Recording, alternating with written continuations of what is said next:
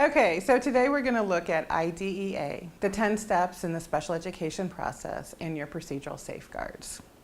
Okay, so what is IDEA? It stands for Individuals with Disabilities Education Act, and it's our nation's special education law. It provides FAPE. FAPE stands for Free Appropriate Public Education, and it's what all states must make available to all children residing in the state between ages 3 through 21 with disabilities.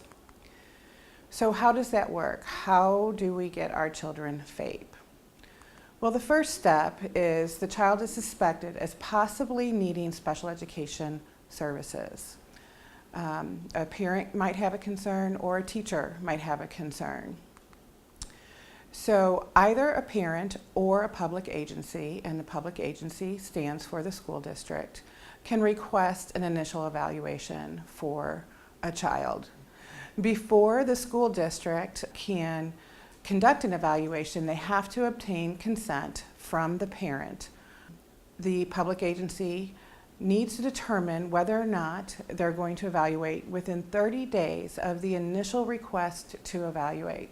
So this is one of those really important timelines. If a parent requests an evaluation under IDEA because they suspect their child might have a disability, the district needs to meet with the parents and determine whether or not they're going to proceed with the evaluation within 30 days.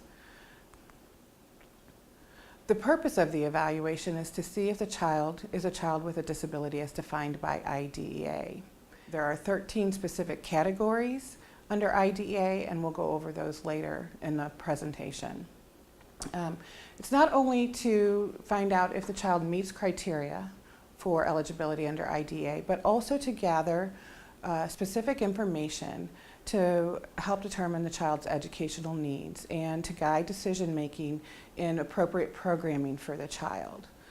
So if you suspect that your child has a learning disability in written expression, there might also be concerns for fine motor skills. And even though there's not an eligibility category for fine motor skills, it is a related service that can be provided.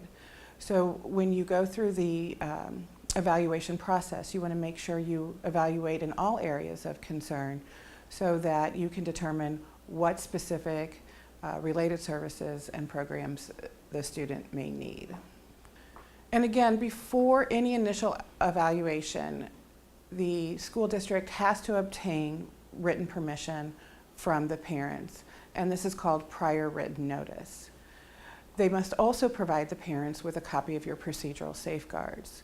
Your procedural safeguards are a list of your rights under the law.